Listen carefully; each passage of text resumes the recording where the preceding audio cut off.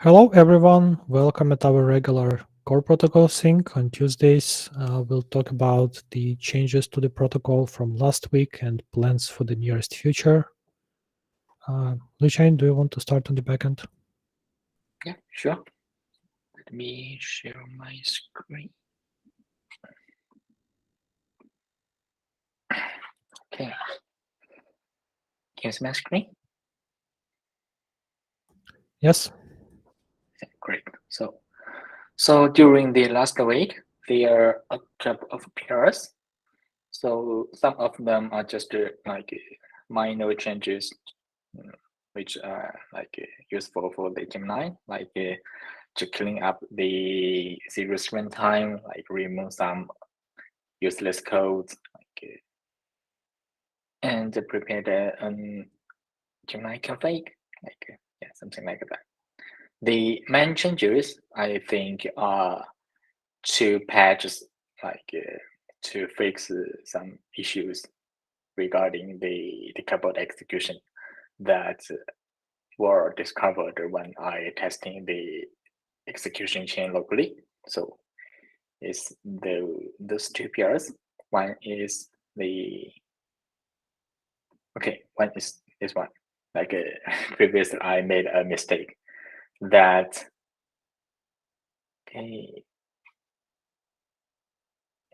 previously, this one, the core part of this PR. But previously, I used the block number mapping in the frame system, to check if the pair of block number and the block hash is correct, is correct in the chain history. But I didn't realize that this stored item will be pruned once the once its size exceeds the maximum specified by the yeah specified the block hash count. I didn't realize that. So basically, we had to store this block number head mapping in the palette executor, which to satisfy our needs, which is to store the recent receipts relative to the best execution number. So that is basically this one. So any questions or comments about this PR? Okay, no? Okay. So the another problem is that I found when I testing the execution chain, if the permit chain has started and produced a lot of blocks, and then you start the executor nodes, you will not be able to submit the receipts because the receipts has been pruned on the executor, because previously we prune the receipts on the executor relative to the best number of the primary chain or the tip of the primary chain. So we have to change this to store the receipts relative to the best execution chain number on the primary chain. So yeah, this is something you don't really discover unless you are testing on the real network with a lot of blocks. Yes. From Genesis, it works fine. Yes. I just test the execution chain locally using a script. That's so I didn't have this problem that you started the permit chain and had it running for a long time, and then you started the executor node. No, I never experienced this locally. So yeah. And I also have an issue that is that occurs since last substrate upgrades, it's like there's a test like filled like randomly, and I haven't like find the root cause, and I have no way to reproduce it. So any help would be appreciated. Like So basically, we need to run this test on Windows if someone can, and try to hit an error. And if we can't do that, we can do more debugging. Currently, it's just in CI, and Lucian is not having Windows machine.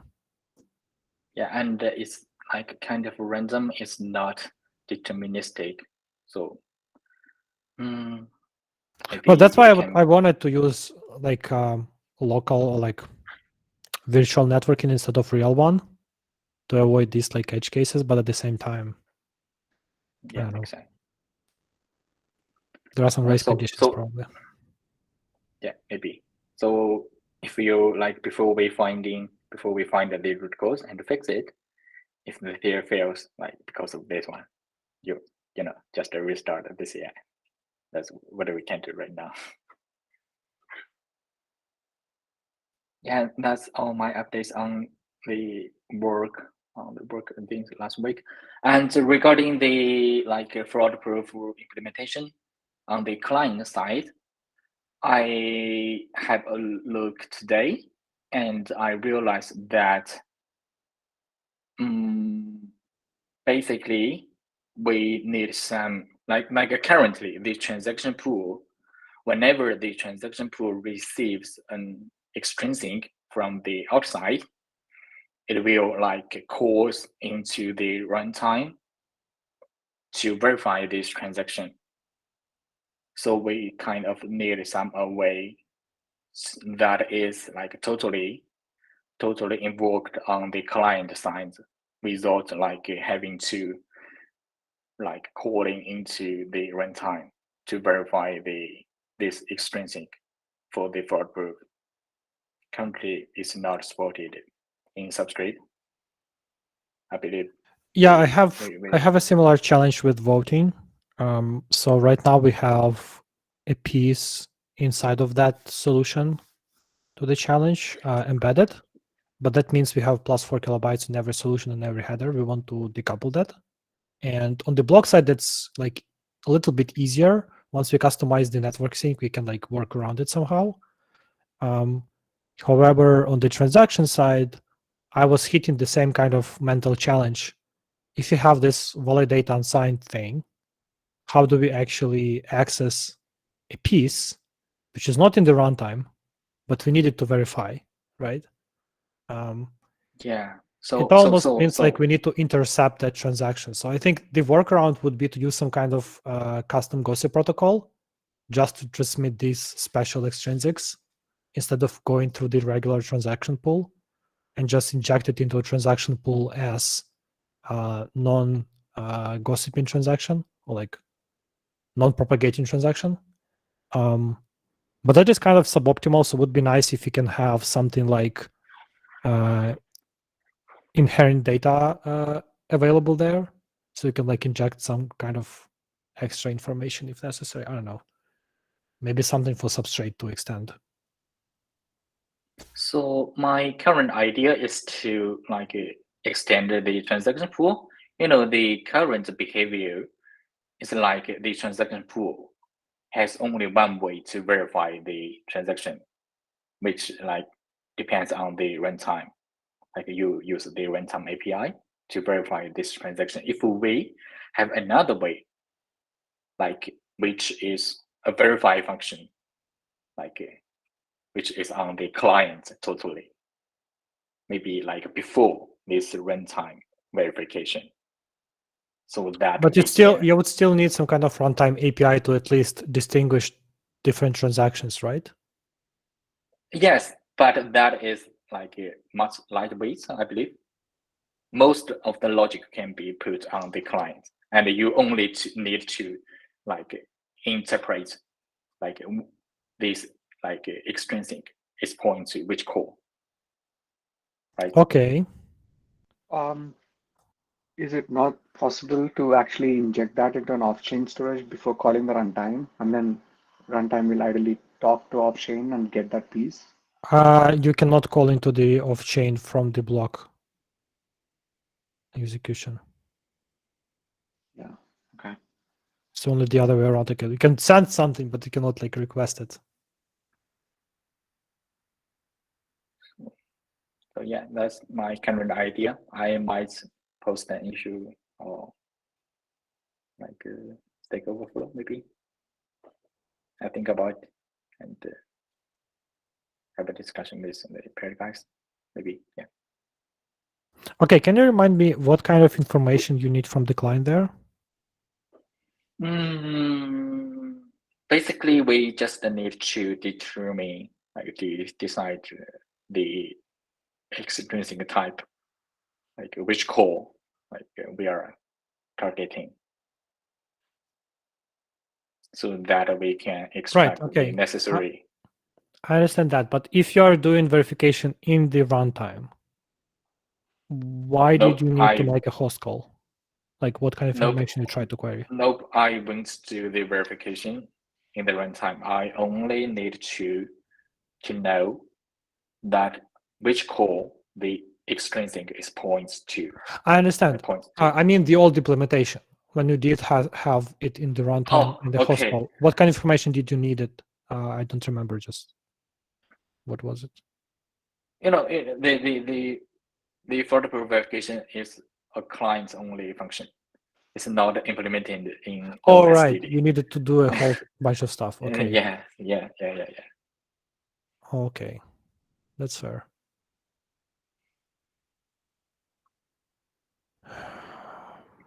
Do you recall if you can do the wrapper for the transaction pool, or is it like part of the client or something? If you can like wrap it with some kind of interceptor for those transactions. I haven't tried. I'm not sure how much effort that will need to put in. Okay. I think it makes sense to, like, it's kind of an improvement to the transaction pool. Yes. Like so I maybe the party folks, yeah, that's reasonable. Maybe they will accept it. Maybe something like validation unsigned would return not an error, but like this needs to be validated on the client side. You know? Yeah, maybe, yeah. Okay. Anyway, you just need a way, like a second way to verify the transaction. Like currently, you have only one way. Yeah. Okay, makes sense. Okay, yeah, that's all my updates, I believe. Okay, any other questions to Lucheng? Okay, Ozgan, anything you require from the core protocol side or anything like that? No, everything is fine. It's just that, like, you should let me know when I should switch from Subspace desktop to. Let's talk this after the recording, actually. Okay. Okay, Ved, anything on your side to share? Nothing on the core protocol development side. Mostly focused on the DevOps for deploying the Gemini one. I can answer any questions that you guys have there. Also do take a PR, look at the PR that's out there. I think there's not a PR, there's a branch. We need to get merged because there is an ongoing issue with Cloudflare. I reached out to them again and they are not responding back. And that is kind of like a blocking for us to automate DNS resolutions. But yeah. I think in the meantime, we can just work around that by Yeah. pointing to one of the servers instead of like the whole bunch of them. Yeah. But would be nice to have a load balancer. Yeah. I'll update it. I'll update it with one right now, and then once they respond back with a suggestion, then I'll automatically do a DNS load balancing on them. Okay. Okay, Ivan, you're next. Sure, yeah. let me just share a screen. So here it is. Last week we finalized PR related to removing the lock crate and adding the tracing crate to the farmer. So that basically would let us to use some of the fancy integrations related to the tracing. So yeah, for example, we at first thought about adding the our own custom tracing flame layer for the tracing, so that we could create some fancy flame graphs for the benchmarking in future. But it's overall it created too much of the overhead on top of the farmer. So it wouldn't make sense to run it as we have the cargo flame graph, which just basically collects the perf events and prints the fancy SVG. So yeah, we decided to discard that. Yeah. So apart from that, I mainly worked on the benchmarking and finalized that during the last week. And apart from that, I also was working on some of the MISC issues and started working with DSN. So yeah, as for the MISC issues, we decided to skip the last plot if it happened to be too small. Too small here means less than 15 gigabytes, which is half of the our max single plot size. Yeah. Also, we now print this kind of fancy infographics of the benchmarking, so that, for example, here we just plotted 1 gigabyte. Also, we decided to use the plot of 1 gigabyte and just write 2 gigabytes to that, and that ended up to 800 megabytes allocated, and this is how much of space was actually used, and etc. So, and we now have some fancy printing of that. Apart from that, I also created some minor optimization for the farmer on the sequential writing scenario. So we basically now previously when we were processing the pieces sequentially, we would write each piece index to its database individually, but right now we do it in a batch. Yeah, you just writing the these indexes sequentially to the file. Yeah, so that ended up in some small speed up, which is here it is around 4 megabytes per second, which is around 3% of the improvement. But overall, as the plot increases, so it can be basically up to 100 gigabytes. The speed up becomes around 10 to 15 megabytes per second. So I discovered this optimization while I was benchmarking the sequential writing, and that kind of benchmarking helped me. I mean, that kind of optimization helped me. So I decided to create a PR. Apart from that, I also added some simple benchmark for the no, this is just updating the throughput again. Yeah, sorry. We decided to also to decrease the amount of space reserved for the farmer needs from 20% to 8%. It basically it can be also set it to even smaller amount, but we have the object mapping which can be extended more than this 8% of the space, and we need to actually store it. Yeah, and that is, I guess, the reason for that amount.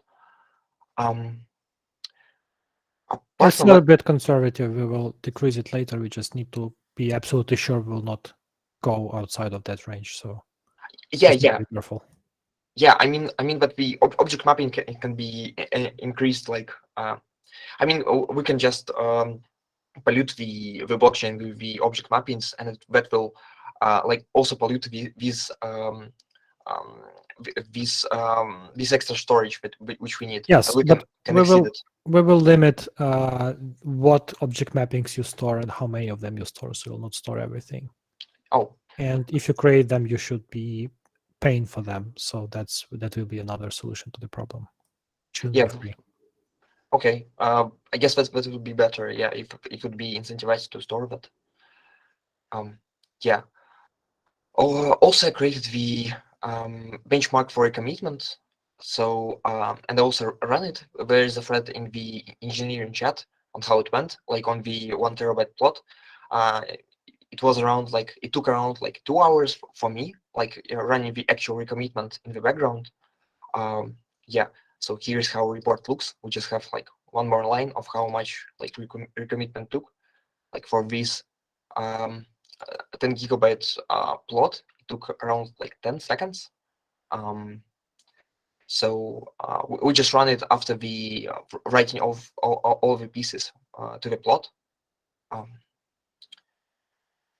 Yeah. Also, I started working on the DSN, and for that, we would need to add the SR 255.19 keys to the libp2p. So I created the pull request yesterday for that. And also, I added the starting each networking starting the networking for each plot. So basically, beforehand we just started the we started the networking for all we started the single networking for the farmer, but right now we're starting that for each individual plot, so that it could each individual plot could request pieces which it need in future. Yeah, it would be handy when we would actually have the DSN. Yeah, and those posts were also connected to each other, so they could request pieces from each other also. Yeah, that's it from my side. This week I will start working on the DSN side, on the DSN from the farmer perspective, thinking from the DSN. As Shamil is working on that right now, I will do some kind of mocks for that, requesting some of the pieces from some sector of the whole namespace, that kind of things. So yeah, that's it from my side. All right. Any other questions to Ivan? Okay. Shamil, do you have anything to share? Sure. I had a planning call with Nazar about the DSN features today. My first goal is to enable sync process for farmers, and the first step of it is to define interfaces of the get pieces by range method and some others. That would be my goal for the nearest time. That's it. Okay. I think I can go then with my updates. There were quite a few. I think we don't need to go into too much detail about most of them. So the very first one was just to remove some legacy workarounds we don't need on the next network on the Gemini. And then there was this pull request which was submitted about a week ago, but was merged a bit later, which moved verification logic into the into the primitives that can be used in the runtime for voting purposes. I think you've seen it before. Then there was Rust upgrade, nothing special.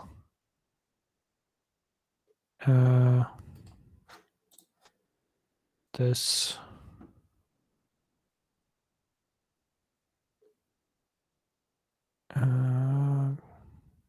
Yeah, there was basically a situation where if you have multiple plots, which is the case now, if you specify enough space, you might have received multiple solutions, but you only pick the first one which is valid, and you were asking farmers to sign it, and not all of the plots like identities will actually match that. So they will try to sign it, but it's actually incorrect when you try to validate it.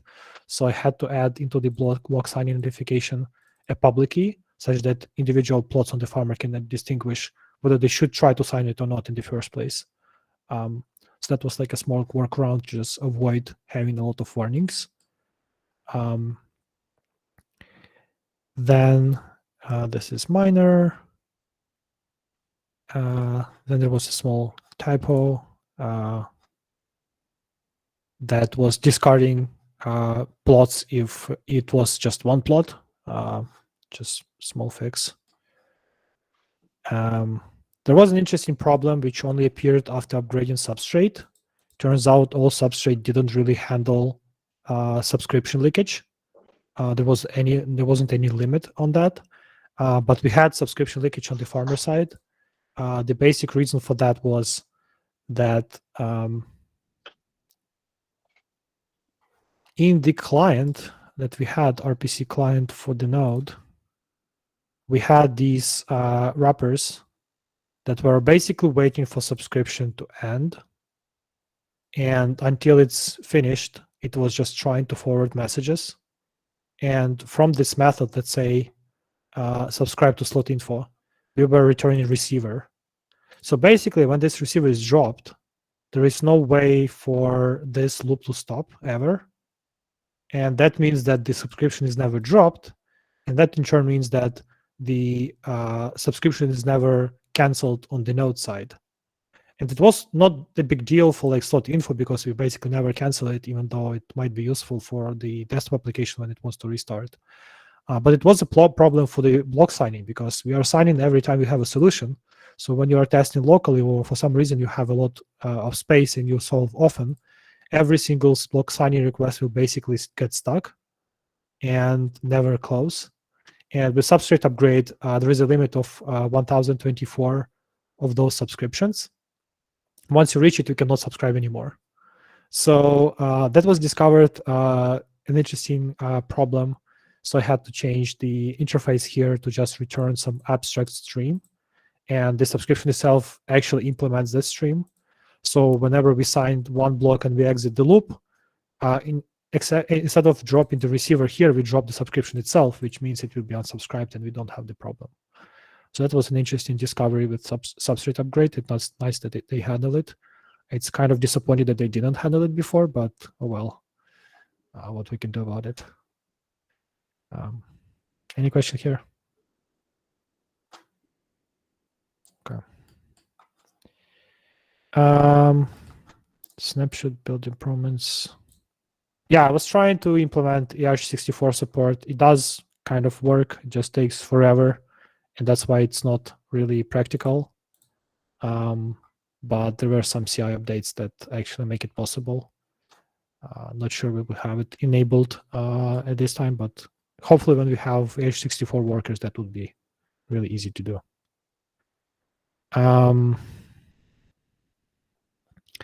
Then there was this interesting problem discovered by the auditors. Basically, this tricky logic, like it's always difficult to follow and to find bugs, and they did find a bug. And they suggested to like change it a little bit more to actually fix, but I decided no, we don't want that. We just want to have two numbers. We want to compute distance between them and figure out if it's less than the range. That's much easier to like read and reason about. So that was the actual fix. Without this, it turns out that you could have created a solution which wasn't in the range, but the logic would make it pass, which would have been very unfortunate. I don't think anyone exploited it before, but this is really important for incentivized testnet to have fixed. So the conclusion, try to avoid tricky logic like this if possible. It's never a good idea. Then there were some improvements for the upcoming Gemini. Chain spec was prepared by the Luchain for the secondary node, and there is a snapshot builder for the chain spec if you need that. I used it before. There were some workarounds removed as necessary. We had some workarounds removed for the runtime APIs, which we do not need to support legacy versions of anymore. So that was simplified. Basically, some like cleanups and legacy refactorings that we couldn't do before, but we could do now. One of the interesting changes was we had this global challenge, which was unnecessarily set to the tag, which means 8 bytes. We could have had this as a full hash, so that's what I did in this case. That required a few changes all around, but nothing really major, just small cleanups here and there.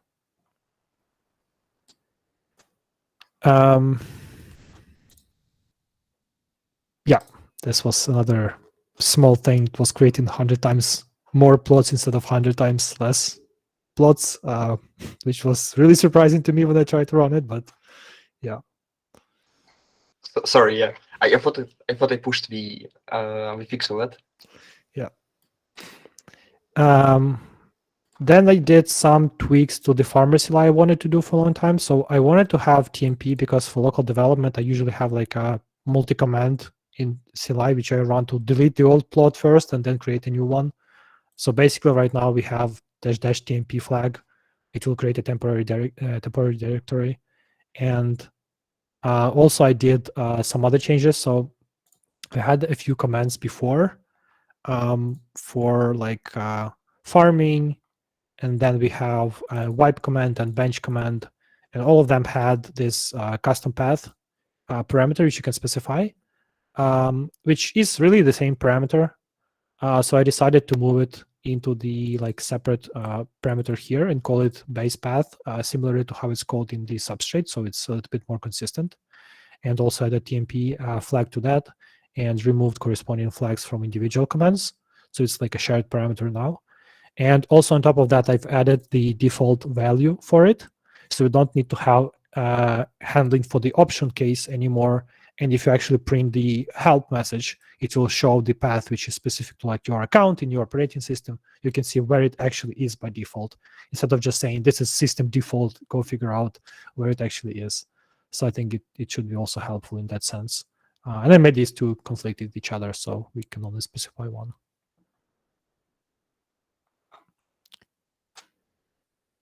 Okay. Then there was some documentation update. For instance, we don't need the pruning flag anymore. It appears to be removed, and there will be some other tweaks, I believe, but not in this pull request. And I'm not entirely sure why, but runtime debug is supposed to be a replacement for debug for the runtime, such that in runtime it produces less code and should result in a smaller binary. Turns out if you replace it, it actually produces a bit less with this. Doesn't make any sense to me. Probably there is some kind of reason for that. Maybe in the past they don't have any debug information in the binary, but now they do. And then there is a lot of similarities. So like the ZST decompression actually is able to deduplicate it. I don't know. Just seems strange, but that's what I was measuring. And also I tried to remove some generics on the crate binary boundary. So for instance, if you go to our primitives, in here, we had a few functions like this, which were exposing generics. That basically means that every time we use it in a separate crate, we will generate a monomorphization for this function, which will mean more bloat. It might be deduplicated in the end, but in the end, we just don't care about the type, we just care about the slice. So I decided to change those few functions like that to actually take the correct type and do transformation in the call side instead of here. Generally good practice to improve compile times of the crates as well, but I don't think it will be a major difference in here.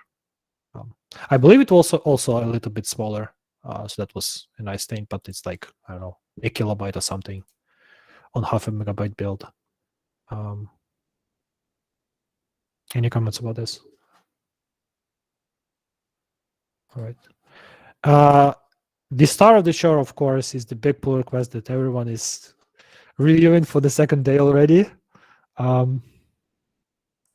which implements voting. There were a few things I had to fix along the way, except the voting implementation itself. Let me find it. Yeah, so one of the tricky things I found is that if you actually have 4 kilobyte type as an array, doesn't really work well with the Polkadot.js API. Turns out it only supports arrays up to 256 bytes. So this was actually failing horribly in the front end. Like Explorer was basically broken. So I had to change it to the vector. And I think it's also beneficial in general because it will decrease the stack size requirements. But it will, of course, involve some allocation. But it's a fixed size, so it shouldn't be too bad. So that was one interesting commit here. Yeah, this was another one.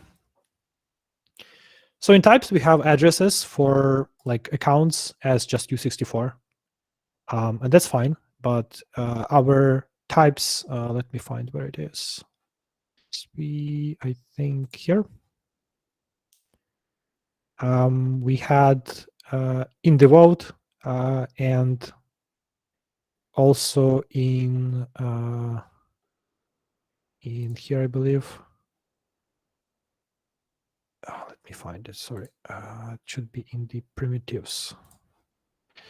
In the solution, we had just one type for account ID, and we use that for the public key and for reward address. And it is the case that there are both 32 bytes in practice in the real network. But if you are talking about test, then reward address is just U64. So when I changed some of the things and implemented more tests, it turned out that this decoding was actually starting to fail because it was trying to decode the vector of these bytes. And the prefix didn't make any sense, like it wasn't able to decode it. And I actually discovered that this is a problem. So I had to split those types separately. And that basically involved changing a whole bunch of files across this, the board to make them separate. And there was also a need to do some tricky conversion here where we have the runtime API and we need to have, let me see, it's probably, no, it should be here.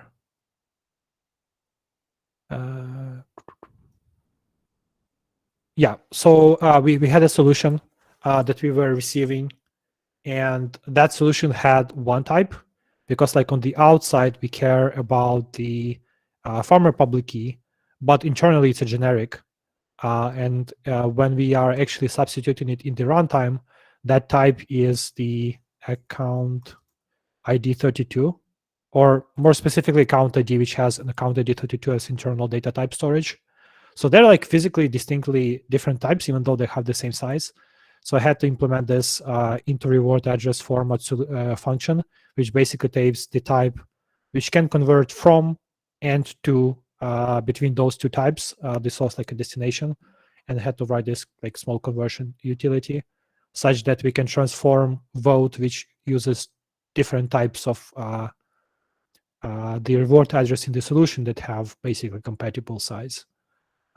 So in practice, what will happen, this farmer public key will be turned into the reward address struct as a wrapper, the first argument, and then that will be converted into account ID 32 that will be accepted by the internal runtime as a generic.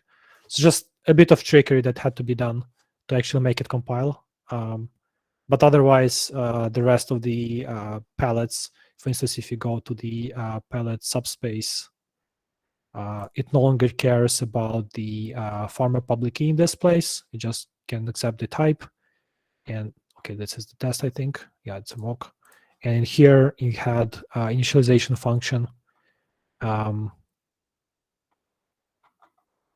I cannot find it, which was basically not relying on the account ID, but now it will rely on the account ID instead to make the types work properly.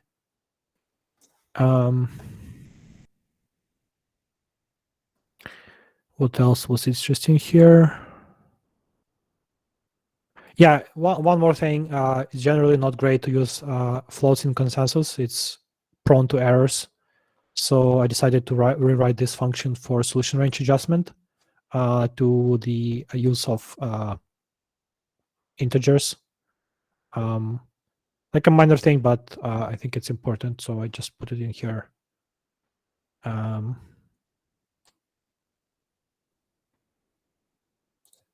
then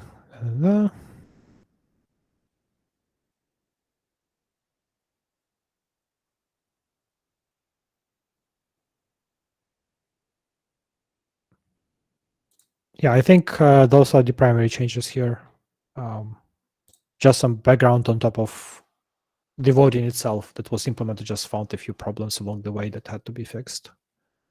Any questions you maybe have about this big pull request so far? Anything I can clarify or explain?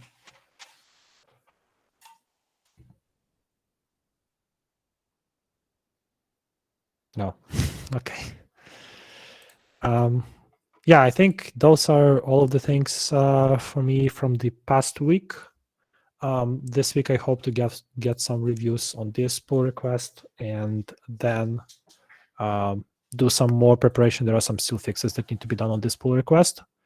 For instance, there is another problem with signatures because the previous code base was expecting that in the RPC layer, we were only receiving one solution or like one signature basically for whatever we decide to be the proper solution for our use case. But now we can have one signature which is valid as a block reward and also multiple more that are valid for voting. So we can actually have multiple signatures, but then the RPC layer is kind of confused. It cannot sign everyone. And then it times out, and then we have interesting errors in the logs that need to be fixed. And also I discovered interesting problem in Substrate. I'm not sure it's in Substrate actually, but it seems to be that way, where if you are syncing from Genesis and we are reaching the point of about 2000 blocks difference between the tip and what we are right now, our node is actually trying to solve already, even though it's not fully synced. And then it gets into reorgs, and then it tries again and gets into reorgs. Just kind of doesn't make any sense.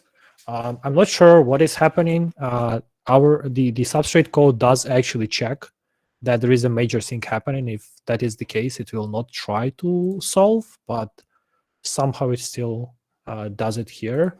So I'm not entirely sure what's happening. I need to do some debugging. The only effect is that there are some like reorgs deep in the history for no reason. And the sync process will be a bit slower because of that, but it's not breaking in that sense. Just something would be nice to fix. Yes, just I also discovered like an issue like regarding the check of the primary network, like major syncing. Like we use the primary network to decide if the primary chain is the primary node is still major syncing, but I found that it seems to be not reliable. Like you are maybe still this thing is major. actually not working properly in Substrate in the first place. Yeah. But it's it's not 100% unreliable. It's sometimes it's reliable. So I haven't able to confirm this. So and I haven't report like to the upstream. Maybe we are targeting the same problem. Yeah, I was looking quickly into implementation. It seems like the decision whether it's major syncing or not is based on the sync status, if it's downloading some blocks or not. And I think maybe it uses different mechanism for downloading blocks which are like near the tip and further down in the history. And maybe that's why it's not like considering downloading, even though it is downloading. I don't know. Something is odd. Yeah.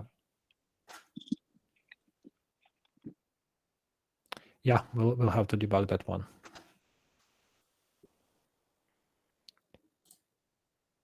The pull request on the networking in Substrate is still not reviewed. I think they're scared by the size, but hopefully they'll find courage at some point in the nearest future, and we'll get it merged and define the next steps. Yeah.